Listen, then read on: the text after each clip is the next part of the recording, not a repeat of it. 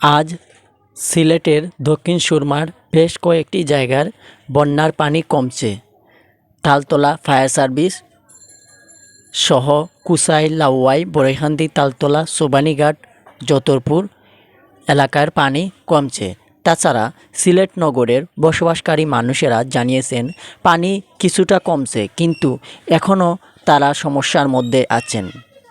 কারণ পানি আস্তে আস্তে কমছে।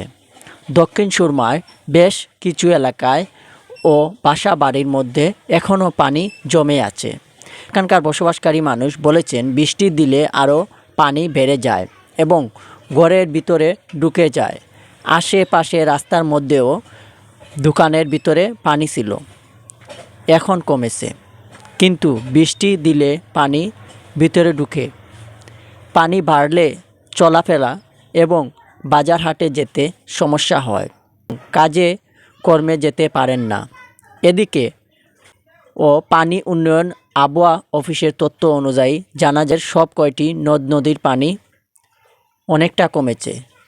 সিলেটের আবহাওয়া অফিস বলেছেন বৃষ্টিপাতের পরিমাণ গত 24 ঘন্টায় পরিমাণ 25.6 মিলিমিটার। পানি হইতে পারে, যেহেতু আমার চলার মতো নাই, কাম কাজ করতে পারি নাই, খুব অসুবিধার ভিত্তি আছি। কিছু কমছে, ব্যাগ হইলে তো পানি বাড়ে, বাসার তো পানি আডু পানি আছে বাসাতে।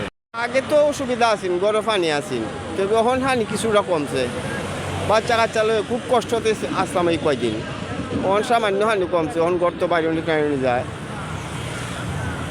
পানি বাসাত পানি কোনো কষ্টর মধ্যে আছি।